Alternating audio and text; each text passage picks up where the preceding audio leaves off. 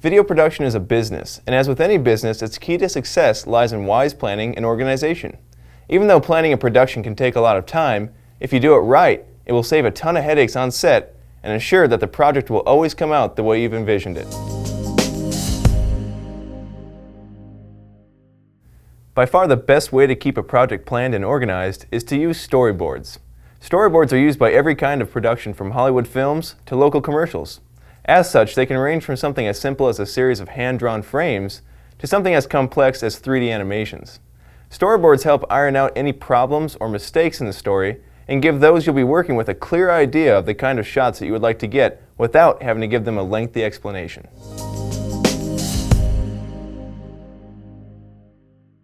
The most common type of storyboard that you can expect to see is the hand-drawn storyboard. These storyboards usually consist of pages with a series of boxes that represent the framing of the camera that you'll be capturing with. In these frames, scenes are drawn that represent the angle and zoom level of the camera as well as the direction the objects are facing.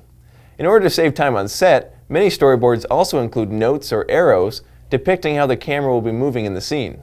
These kinds of storyboards can be a great way to make sure you get all the shots you need on set.